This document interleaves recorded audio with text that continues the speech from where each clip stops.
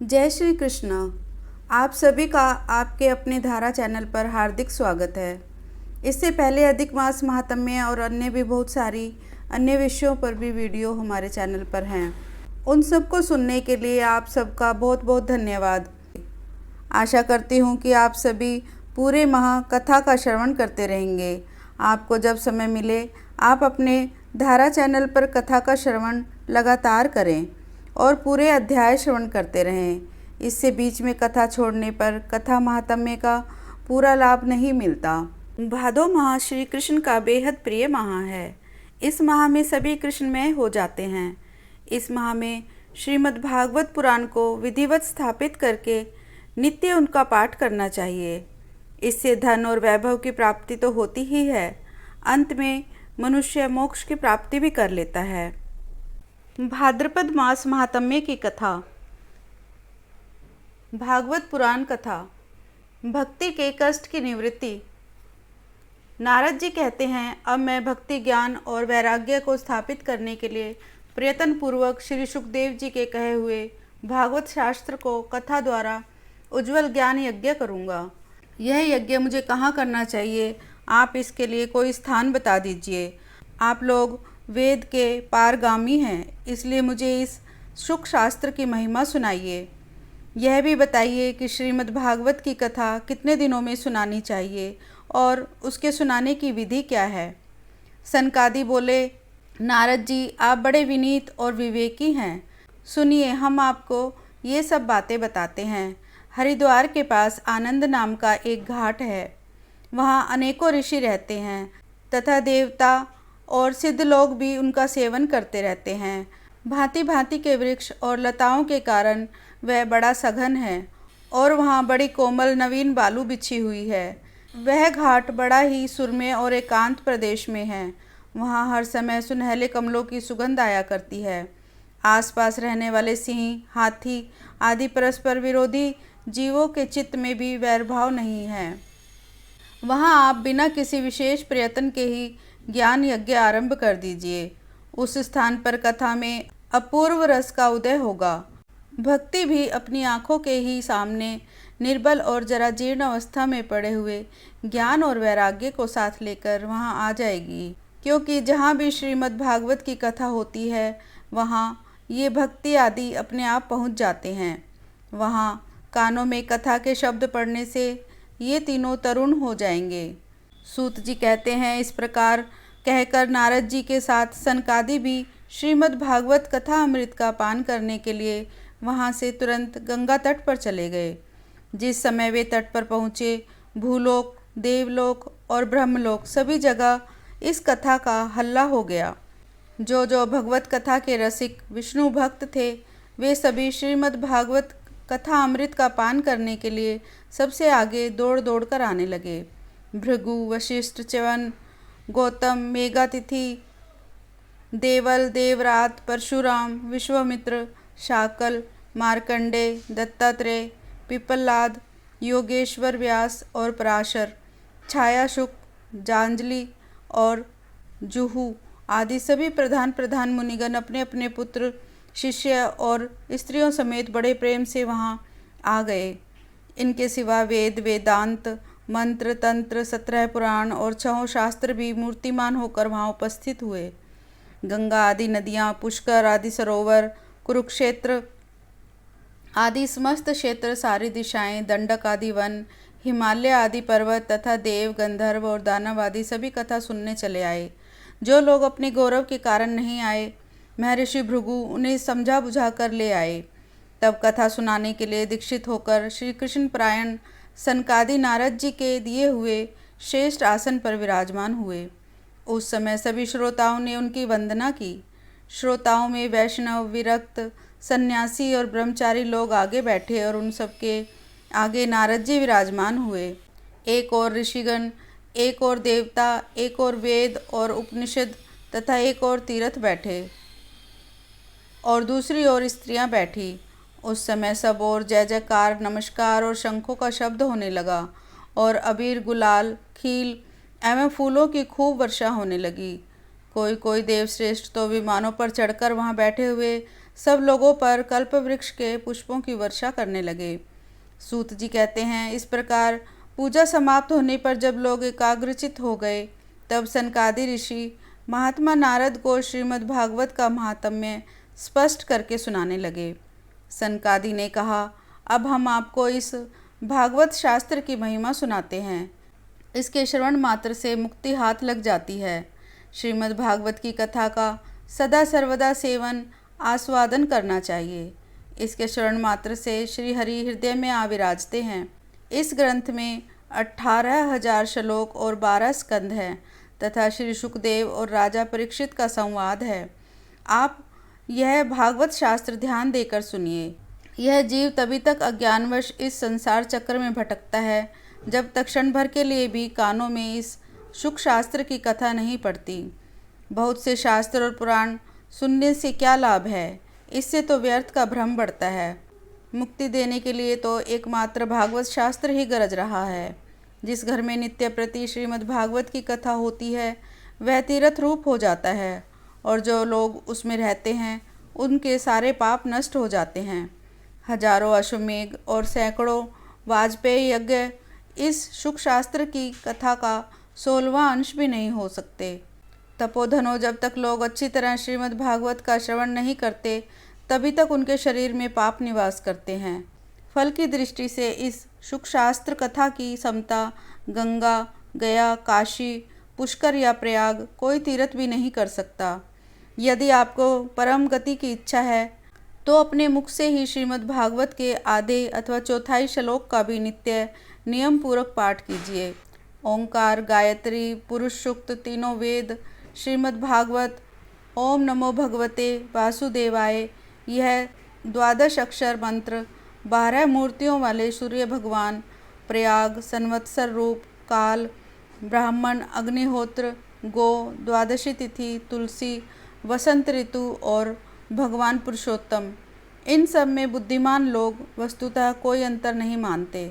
जो पुरुष अहिर्निश अर्थ सहित श्रीमद् भागवत शास्त्र का पाठ करता है उसके करोड़ों जन्मों का पाप नष्ट हो जाता है, इसमें तनिक भी संदेह नहीं है। जो पुरुष नित्य प्रति भागवत का आधा या चौथाई श्लोक भी पढ़ता है उसे राजसूय और अश्वमेघ यज्ञों का फल मिलता है। नित्य भागवत का पाठ करना, भगवान का चिंतन करना, तुलसी को सींचना और गौ की सेवा करना, ये चारों समान हैं। जो पुरुष अंत समय में श्रीमद् भागवत का वाक्य सुन लेता है उस पर प्रसन्न होकर भगवान उसे वैकुंठ धाम देते हैं। जो पुरुष इसे सोने के सिंहासन पर रखकर विष्णु भक्त को दान करता है वह अवश्य ही भगवान का सायुज्य प्राप्त करता है। जिस दुष्ट ने अपनी सारी आयु में चित्त को एकाग्र करके श्रीमद् भागवत अमृत का थोड़ा सा भी रसास्वादन नहीं किया, उसने तो अपना सारा जन्म चांडाल और गधे के समान व्यर्थ ही गंवा दिया। वह तो अपनी माता को प्रसव पीड़ा पहुंचाने के लिए ही उत्पन्न हुआ। जिसने इस सुख शास्त्र के थोड़े से भी वचन नहीं सुने वह पापात्मा तो जीता हुआ ही मुर्दे के समान है। पृथ्वी के भार स्वरूप उस पशुतुल्य मनुष्य को धिक्कार है। यूँ स्वर्गलोक में देवताओं में प्रधान इंद्र आदि कहा करते हैं। संसार में श्रीमद् भागवत की कथा मिलना अवश्य ही कठिन है। जब करोड़ों जन्मों का पुण्य होता है तभी इसकी प्राप्ति होती है। नारद जी, आप बड़े ही बुद्धिमान और योग निधि हैं। आप प्रयत्न पूर्वक कथा का श्रवण कीजिए। इसे सुनने के लिए दिनों का कोई नियम नहीं है। इसे तो सर्वदा ही सुनना अच्छा है। इसे सत्य भाषण और ब्रह्मचर्य पालन पूर्वक सदा ही सुनना श्रेष्ठ माना गया है, किंतु कलयुग में ऐसा कठिन है। इसलिए इसकी सुखदेव जी ने जो विशेष विधि बताई है वह जान लेनी चाहिए। कलयुग में बहुत दिनों तक चित्त की वृत्तियों को वश में रखना, नियमों में बंधा रहना और किसी पुण्य कार्य के लिए दीक्षित रहना कठिन है। इसलिए सप्ताह श्रवण की विधि है। श्रद्धा पूर्वक कभी भी श्रवण करने से अथवा माघ मास में श्रवण करने से जो फल होता है वही फल श्री सुखदेव जी ने सप्ताह श्रवण में निर्धारित किया है। मन के असंयम, रोगों की बहुलता और आयु की अल्पता के कारण तथा कलयुग में अनेकों दोषों की संभावना से ही सप्ताह श्रवण का विधान किया गया है। जो फल तप, योग और समाधि से भी प्राप्त नहीं हो सकता, वह सर्वांग रूप में सप्ताह श्रवण से सहज में ही मिल जाता है। सप्ताह श्रवण यज्ञ से बढ़कर है, व्रत से बढ़कर है, तप से कहीं बढ़कर है, तीर्थ सेवन से तो सदा ही बड़ा है, योग से बढ़कर है, यहाँ तक कि ध्यान और ज्ञान से भी बढ़कर है। अजी इसकी विशेषता का कहाँ तक वर्णन करें, यह तो सभी से बढ़ चढ़कर है।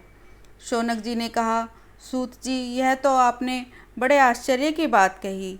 अवश्य ही यह भागवत पुराण योगवेता ब्रह्मा जी के भी आदि कारण श्री नारायण का निरूपण करता है, परंतु यह मोक्ष की प्राप्ति में ज्ञान आदि सभी साधनों का तिरस्कार करके इस युग में उससे भी कैसे बढ़ गया। सूत जी ने कहा, शौनक जी, जब भगवान श्री कृष्ण इस धराधाम को छोड़कर अपने नित्य धाम को जाने लगे, तब उनके मुखारविंद से एकादश स्कंद का ज्ञान उपदेश सुनकर भी उद्धव जी ने पूछा। उद्धव जी बोले, गोविंद, अब आप तो अपने भक्तों का कार्य करके परम धाम को पधारना चाहते हैं, किंतु मेरे मन में एक बड़ी चिंता है, उसे सुनकर आप मुझे शांत कीजिए। अब घोर कलिकाल आया ही समझिए, इसलिए संसार में फिर अनेकों दुष्ट प्रकट हो जाएंगे। उनके संसर्ग से जब अनेकों सत्पुरुष भी उग्र प्रकृति के हो जाएंगे, तब उनके भार से दबकर यह गौरूपिणी पृथ्वी किसकी शरण में जाएगी। कमल नयन, मुझे तो आपको छोड़कर इसकी रक्षा करने वाला कोई दूसरा दिखाई ही नहीं देता, इसलिए भक्तवत्सल, आप साधुओं पर कृपा करके यहाँ से मत जाइए। भगवान, आपने निराकार और चिन्ह मात्र होकर भी भक्तों के लिए ही तो यह सगुण रूप धारण किया है, फिर भला आपका वियोग होने पर वे भक्तजन पृथ्वी पर कैसे रह सकेंगे। निर्गुण उपासना में तो बड़ा कष्ट है, इसलिए कुछ और विचार कीजिए। प्रभास क्षेत्र में उद्धव जी के ये वचन सुनकर भगवान सोचने लगे कि भक्तों के अवलंब के लिए मुझे क्या व्यवस्था करनी चाहिए। शौनक जी, तब भगवान ने अपनी सारी शक्ति भागवत में रख दी। वे अंतर्धान होकर इस भागवत समुद्र में प्रवेश कर गए, इसलिए यह भगवान की साक्षात शब्दमयी मूर्ति है। इसके सेवन, श्रवण, पाठ अथवा दर्शन से ही मनुष्य के सारे पाप नष्ट हो जाते हैं। इसी से इसका सप्ताह श्रवण सबसे बढ़कर माना गया है, और कलयुग में तो अन्य सब साधनों को छोड़कर यही प्रधान धर्म बताया गया है। कलिकाल में यही ऐसा धर्म है जो दुख, दरिद्रता, दुर्भाग्य और पापों की सफाई कर देता है तथा काम, क्रोध आदि शत्रुओं पर विजय दिलाता है। अन्यथा भगवान की इस माया से पीछा छुड़ाना देवताओं के लिए भी कठिन है, मनुष्य तो इसे छोड़ ही कैसे सकते हैं। अतः इससे छूटने के लिए तो सप्ताह श्रवण का विधान किया गया है। सूत जी कहते हैं, शौनक जी, जिस समय सनकादि मुनीश्वर इस प्रकार सप्ताह श्रवण की महिमा बखान कर रहे थे, उस सभा में एक बड़ा आश्चर्य हुआ। उसे मैं तुम्हें बतलाता हूँ, सुनो। वहाँ तरुण अवस्था को प्राप्त हुए अपने दोनों पुत्रों को साथ लिए विशुद्ध प्रेम रूप भक्ति बार बार श्री कृष्ण गोविंद हरे मुरारे, हे नाथ नारायण वासुदेव आदि भगवत मंत्रों का उच्चारण करती हुई अकस्मात प्रकट हो गई। सभी सदस्यों ने देखा कि परम सुंदरी भक्ति रानी भागवत के अर्थों का आभूषण पहने वहाँ पधारी। मुनियों की उस सभा में सभी यह तर्क वितर्क करने लगे कि ये यहाँ कैसे आई और कैसे प्रविष्टि हुई। तब सनकादि ने कहा, ये भक्ति देवी अभी अभी कथा के अर्थ से निकली हैं। उनके ये वचन सुनकर भक्ति ने अपने पुत्रों समेत अत्यंत विनम्र होकर सनत कुमार जी से कहा। भक्ति बोली, मैं कलयुग में नष्ट प्राय हो गई थी, आपने कथा अमृत से सींचकर मुझे फिर से पुष्ट कर दिया। अब आप यह बताइए कि मैं कहाँ रहूं। यह सुनकर सनकादि ने उससे कहा, तुम भक्तों को भगवान का स्वरूप प्रदान करने वाली, अनन्य प्रेम का संपादन करने वाली और संसार रोग को निर्मूल करने वाली हो। अतः तुम धैर्य धारण करके नित्य निरंतर विष्णु भक्तों के हृदय में ही निवास करो। ये कलयुग के दोष भले ही सारे संसार पर अपना प्रभाव डाले, किंतु वहाँ तुम पर इनकी दृष्टि नहीं पड़ सकेगी। इस प्रकार उनकी आज्ञा पाते ही भक्ति तुरंत भगवत भक्तों के हृदय में जा विराजी। जिनके हृदय में एकमात्र श्री हरि की भक्ति निवास करती है, वे त्रिलोकी में अत्यंत निर्धन होने पर भी परम धन्य हैं, क्योंकि इस भक्ति की डोरी से बांधकर तो साक्षात भगवान भी अपना परम धाम छोड़कर उनके हृदय में आकर बस जाते हैं। भूलोक में यह भागवत साक्षात परब्रह्म का विग्रह है। हम इसकी महिमा कहाँ तक वर्णन करें। इसका आश्रय लेकर इसे सुनाने से तो सुनने और सुनाने वाले दोनों को ही भगवान श्री कृष्ण की समता प्राप्त हो जाती है। अतः इसे छोड़कर अन्य धर्मों से क्या प्रयोजन है। गोकर्णोपख्यान प्रारंभ। सूत जी कहते हैं, मुनिवर, उस समय अपने भक्तों के चित्त में अलौकिक भक्ति का प्रादुर्भाव हुआ देख भक्त वत्सल श्री भगवान अपना धाम छोड़कर वहाँ पधारे। उनके गले में वनमाला शोभा पा रही थी। श्री अंग सजल जलधर के समान श्याम वर्ण था। उस पर मनोहर पीताम्बर सुशोभित था। कटी प्रदेश करधनी की लड़ियों से सुसज्जित था। सिर पर मुकुट की लटक और कानों में कुंडलों की झलक देखते ही बनती थी। वे त्रिभंग ललित भाव से खड़े हुए चित्त को चुराए लेते थे। वक्ष स्थल पर कौस्तुभ मणि दमक रही थी। सारा श्रीअंग हरिचंदन से चर्चित था। उस रूप की शोभा क्या कहें। उसने तो मानो करोड़ों कामदेवों की रूप माधुरी छीन ली थी। वे परमानंद चिन्मूर्ति मधुरातिपति मधुर मुरलीधर ऐसी अनुपम छवि से अपने भक्तों के निर्मल चित्तों में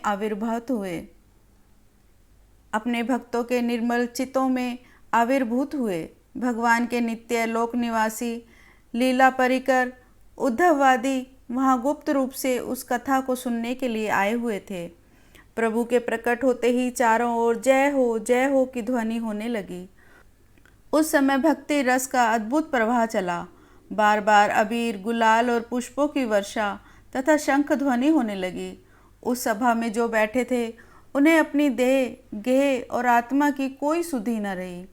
उनकी ऐसी तन्मयता देखकर नारद जी कहने लगे, मुनीश्वरगण, आज सप्ताह श्रवण की मैंने यह बड़ी ही अलौकिक महिमा देखी। यहाँ तो जो बड़े मूर्ख दुष्ट और पशु पक्षी भी हैं, वे सभी अत्यंत निष्पाप हो गए हैं। अतः इसमें संदेह नहीं कि कली काल में चित्त की शुद्धि के लिए इस भागवत कथा के समान मृत्युलोक में पाप पुंज का नाश करने वाला कोई दूसरा पवित्र साधन नहीं है। मुनिवर, आप लोग बड़े कृपालु हैं। आपने संसार के कल्याण का विचार करके यह बिल्कुल निराला ही मार्ग निकाला है। आप कृपया यह बताइए कि इस कथा रूप सप्ताह यज्ञ के द्वारा संसार में कौन कौन लोग पवित्र हो जाते हैं।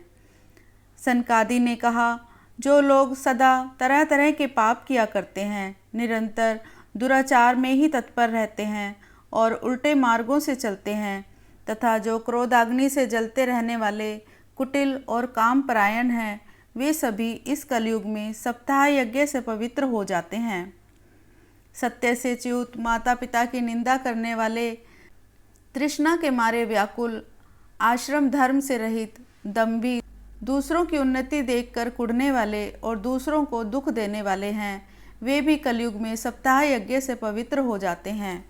जो मदिरापान, ब्रह्म हत्या, सुवर्ण की चोरी, गुरु स्त्री गमन और विश्वासघात, ये 5 महापाप करने वाले, छल छद्मपरायण, क्रूर, पिशाचों के समान निर्दयी, ब्राह्मणों के धन से पुष्ट होने वाले और व्याभिचारी हैं, वे भी कलयुग में सप्ताह यज्ञ से पवित्र हो जाते हैं। जो दुष्ट आग्रह पूर्वक सर्वदा मन, वाणी या शरीर से पाप करते रहते हैं, दूसरों के धन से ही पुष्ट होते हैं तथा मलिन मन और दुष्ट हृदय वाले हैं, वे भी कलयुग में सप्ताह यज्ञ से पवित्र हो जाते हैं। नारद जी, अब हम तुम्हें इस विषय में एक प्राचीन इतिहास सुनाते हैं। उसके सुनने से ही सब पाप नष्ट हो जाते हैं। पूर्व काल में तुंगभद्रा नदी के तट पर एक अनुपम नगर बसा हुआ था। वहाँ सभी वर्णों के लोग अपने अपने धर्मों का आचरण करते हुए सत्य और सत्कर्मों में तत्पर रहते थे।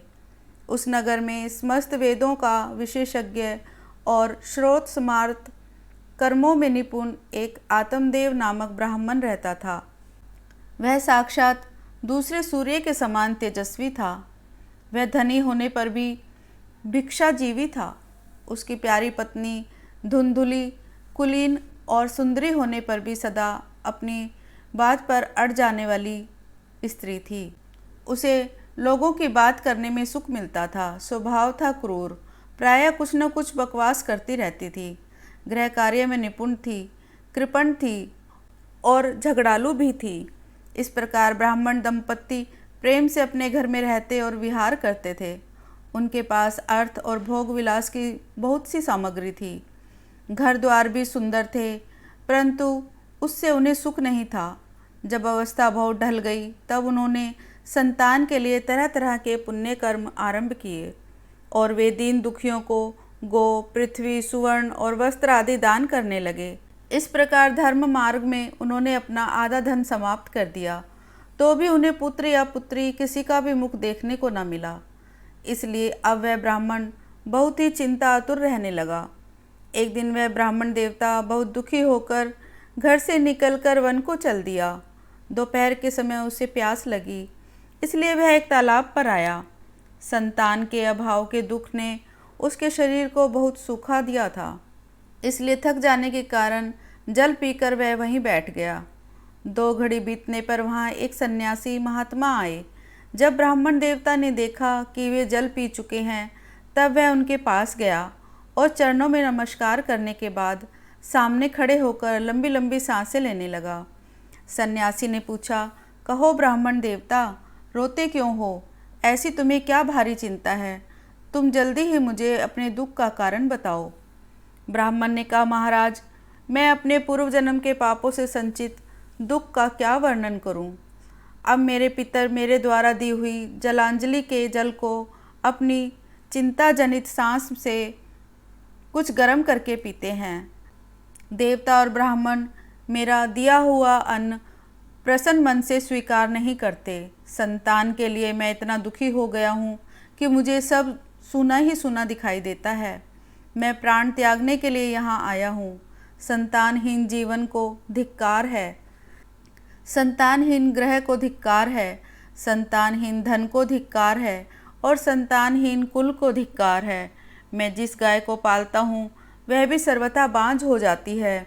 जो पेड़ लगाता हूँ उस पर भी फल फूल नहीं लगते। मेरे घर में जो फल आता है वह भी बहुत जल्दी सड़ जाता है। जब मैं ऐसा अभागा और पुत्रहीन हूँ, तब फिर इस जीवन को ही रख कर मुझे क्या करना है? यो कहकर वह ब्राह्मण दुख से व्याकुल हो उन सन्यासी महात्मा के पास फूट फूट कर रोने लगा। तब उन यतिवर के हृदय में बड़ी करुणा उत्पन्न हुई। वे योगी निष्ठ थे। उन्होंने उसके ललाट की रेखाएं देखकर सारा वृतांत जान लिया और फिर उसे विस्तार पूर्वक कहने लगे। सन्यासी ने कहा, ब्राह्मण देवता, इस प्रजा प्राप्ति का मोह त्याग दो। कर्म की गति प्रबल है। विवेक का आश्रय लेकर संसार की वासना छोड़ दो। विप्रवर सुनो, मैंने इस समय तुम्हारा प्रारब्ध देखकर निश्चय किया है कि 7 जन्म तक तुम्हारे कोई संतान किसी प्रकार नहीं हो सकती। पूर्व काल में राजा सगर एवं अंग को संतान के कारण दुख भोगना पड़ा था। ब्राह्मण, अब तुम कुटुंब की आशा छोड़ दो। संन्यास में ही सब प्रकार का सुख है। ब्राह्मण ने कहा, महात्मा जी, विवेक से मेरा क्या होगा? मुझे तो बलपूर्वक पुत्र दीजिए, नहीं तो मैं आपके सामने ही शोक मूर्छित होकर अपने प्राण त्यागता हूँ। जिसमें पुत्र स्त्री आदि का सुख नहीं है, ऐसा संन्यास तो सर्वथा नीरस ही है। लोक में सरस तो पुत्र पौत्र आदि से भरा पूरा गृहस्थ आश्रम ही है। ब्राह्मण का ऐसा आग्रह देखकर उन तपोधन ने कहा, विधाता के लेख को मिटाने का हठ करने से राजा चित्रकेतु को बड़ा कष्ट उठाना पड़ा था। इसलिए देव जिसके उद्योग को कुचल देता है, उस पुरुष के समान तुम्हें भी पुत्र से सुख नहीं मिल सकेगा। तुमने तो बड़ा हठ पकड़ रखा है। अर्थी के रूप में तुम मेरे सामने उपस्थित हो, ऐसी दशा में तुमसे क्या कहूँ? जब महात्मा जी ने देखा कि यह किसी प्रकार अपना आग्रह नहीं छोड़ता, तब उन्होंने उसे एक फल देकर कहा, इसे तुम अपनी पत्नी को खिला देना, इससे उसके एक पुत्र होगा।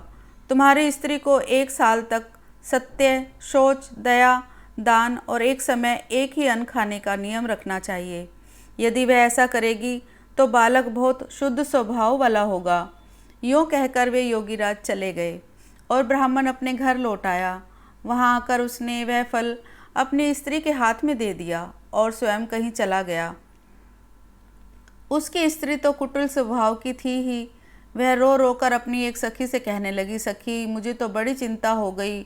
मैं तो यह फल नहीं खाऊंगी। फल खाने से गर्भ रहेगा और गर्भ से पेट बढ़ जाएगा, फिर कुछ खाया पिया जाएगा नहीं। इससे मेरी शक्ति क्षीण हो जाएगी। तब बता, घर का धंधा कैसे होगा? और दैववश यदि कहीं गाँवों में डाकुओं का आक्रमण हो गया तो गर्भिणी स्त्री कैसे भागेगी? यदि सुखदेव जी की तरह यह गर्भ भी पेट में ही रह गया तो इसे बाहर कैसे निकाला जाएगा? और कहीं प्रसव काल के समय वह टेढ़ा हो गया तो फिर प्राणों से ही हाथ धोना पड़ेगा। यूँ भी प्रसव के समय बड़ी भयंकर पीड़ा होती है। मैं सुकुमारी, भला यह सब कैसे सह सकूँगी? मैं जब दुर्बल पड़ जाऊँगी तब ननंद रानी आकर घर का सब माल मत्ता समेट ले जाएगी और मुझसे तो सत्य, शौच आदि नियमों का पालन होना भी कठिन है। जो स्त्री बच्चा जनती है उसे उस बच्चे के लालन पालन में बड़ा कष्ट होता है। मेरे विचार से वंध्या या विधवा स्त्रियां ही सुखी हैं। मन में ऐसे ही तरह तरह के कुतर्क उठाने से उसने वह फल नहीं खाया, और जब उसके पति ने पूछा, फल खा लिया? तब उसने कह दिया, हाँ खा लिया। एक दिन उसकी बहन अपने आप ही उसके घर आई। तब उसने अपनी बहन को सारा वृत्तांत सुनाकर कहा कि मेरे मन में इसकी बड़ी चिंता है। मैं इस दुख के कारण दिनों दिन दुबली हो रही हूँ। बहन, मैं क्या करूँ? बहन ने कहा, मेरे पेट में बच्चा है। प्रसव होने पर वह बालक मैं तुझे दे दूँगी। तब तक तू गर्भवती के समान घर में गुप्त रूप से सुख से रह। तू मेरे पति को कुछ धन दे देगी तो वे तुझे अपना बालक दे देंगे। हम ऐसी युक्ति करेंगे कि जिससे सब लोगों को ये लगे कि इसका बालक 6 महीने का होकर मर गया, और मैं नित्य प्रति तेरे घर आकर उस बालक का पालन पोषण करती रहूँगी। तू इस समय इसकी जांच करने के लिए यह फल गाय को खिला दे। ब्राह्मणी ने स्त्री स्वभाववश जो जो उसकी बहन ने कहा था वैसे ही सब कर दिया। इसके पश्चात समय के अनुसार जब उस स्त्री के पुत्र हुआ तब उसके पिता ने चुपचाप लाकर उसे धुंधुली को दे दिया, और उसने आत्मदेव को सूचना दे दी कि मेरे सुखपूर्वक बालक हो गया है। इस प्रकार आत्मदेव के पुत्र हुआ। सुनकर सब लोगों को बड़ा आनंद हुआ। ब्राह्मण ने उसका जातकर्म संस्कार करके ब्राह्मणों को दान दिया और उसके द्वार पर गाना बजाना तथा अनेक प्रकार के मांगलिक कृत्य होने लगे। धुंधुली ने अपने पति से कहा, मेरे स्तनों में तो दूध ही नहीं है। मेरे गाय आदि किसी अन्य जीव के दूध से मैं इस बालक का किस प्रकार पालन करूंगी? मेरी बहन के अभी बालक हुआ था, वह मर गया है। उसे बुलाकर अपने यहाँ रख लें तो वह आपके इस बच्चे का पालन पोषण कर लेगी। तब पुत्र की रक्षा के लिए आत्मदेव ने वैसा ही किया तथा माता धुंधुली ने उस बालक का नाम धुंधुकारी रखा। इसके बाद 3 महीने बीतने पर उस गाय के भी एक मनुष्य आकार का बच्चा हुआ। वह सर्वांग सुंदर, दिव्य, निर्मल तथा सुवर्ण की सी कांति वाला था। उसे देखकर ब्राह्मण देवता को बड़ा आनंद हुआ और उसने स्वयं ही उसके सब संस्कार किए। इस समाचार से और सब लोगों को भी बड़ा आश्चर्य हुआ और वे बालक को देखने के लिए आए तथा आपस में कहने लगे, देखो भाई, अब आत्मदेव का कैसा भाग्य उदय हुआ है। कैसे आश्चर्य की बात है कि गाय भी ऐसा दिव्य रूप बालक उत्पन्न करती है। देवयोग से इस गुप्त रहस्य का किसी को भी पता न लगा। आत्मदेव ने उस बालक के गोके से कान देखकर उसका नाम गोकर्ण रख दिया। कुछ काल बीतने पर वे दोनों बालक जवान हो गए। उनमें गोकर्ण तो बड़ा पंडित और ज्ञानी हुआ, किंतु धुंधुकारी बड़ा ही दुष्ट निकला। स्नान शौच आदि ब्राह्मणोचित आचारों का उसमें नाम भी न था और न खान पान का ही कोई परहेज था। क्रोध उसमें बहुत बढ़ चढ़कर था। वह बुरी बुरी वस्तुओं का संग्रह किया करता था। मुर्दे के हाथ से छुआया हुआ अन्न भी खा लेता था। दूसरों की चोरी करना और सब लोगों से द्वेष बढ़ाना उसका स्वभाव बन गया था। छिपे छिपे वह दूसरों के घरों में आग लगा देता था, दूसरों के बालकों को खिलाने के लिए गोद में लेता और उन्हें चट से कुएं में डाल देता। हिंसा का उसे व्यसन सा हो गया था। हर समय वह अस्त्र शस्त्र धारण किए रहता और बेचारे अंधे और दीन दुखियों को व्यर्थ में तंग किया करता था। चांडाल से उसका विशेष प्रेम था। बस हाथ में फंदा लिए कुत्तों की टोली के साथ शिकार की टोह में घूमता रहता। वेश्याओं के जाल में फंसकर उसने अपने पिता की सारी संपत्ति नष्ट कर दी। एक दिन माता पिता को मार पीट कर घर के सब बर्तन भांडे उठा ले गया। इस प्रकार जब सारी संपत्ति स्वाहा हो गई तब उसका कृपण पिता फूट फूट कर रोने लगा और बोला, इससे तो इसकी माँ का बांझ रहना ही अच्छा था। कुपुत्र तो बड़ा ही दुखदाई होता है। अब मैं कहाँ रहूँ, कहाँ जाऊँ? मेरे इस संकट को कौन काटेगा? हाय, मेरे ऊपर तो बड़ी विपत्ति आ पड़ी है। इस दुख के कारण अवश्य मुझे एक दिन प्राण छोड़ने पड़ेंगे। उसी समय परम ज्ञानी गोकर्ण जी वहाँ आए और उन्होंने पिता को वैराग्य का उपदेश करते हुए बहुत समझाया। वे बोले, पिताजी, यह संसार असार है, यह अत्यंत दुख रूप और मोह में डालने वाला है। पुत्र किसका, धन किसका? स्नेहवान पुरुष रात दिन दीपक के समान जलता रहता है। सुख ना तो इंद्र को है और ना ही चक्रवर्ती राजा को। सुख है तो केवल विरक्त एकांत जीवी मुनियों को। यह मेरा पुत्र है, इस अज्ञान को छोड़ दीजिए। मोह से नरक की प्राप्ति होती है। यह शरीर तो नष्ट होगा ही, इसलिए सब कुछ छोड़कर वन में चले जाइए।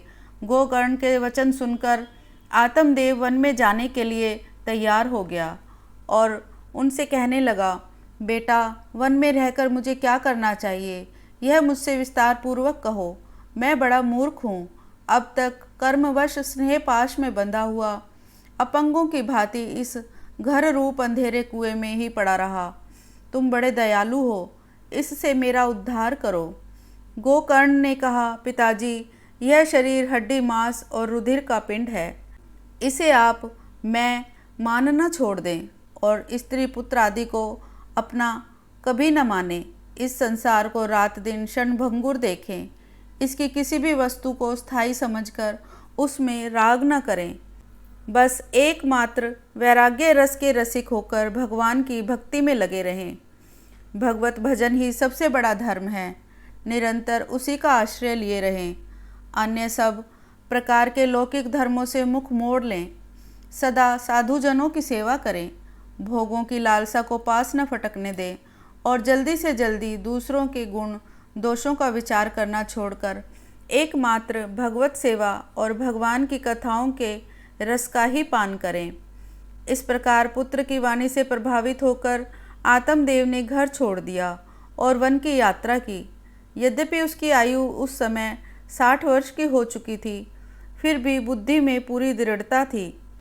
वहाँ रात दिन भगवान की सेवा पूजा करने से और नियम पूर्वक भागवत के दशम स्कंद का पाठ करने से उसने भगवान श्री कृष्णचंद्र को प्राप्त कर लिया। ओम नमो भगवते वासुदेवाय।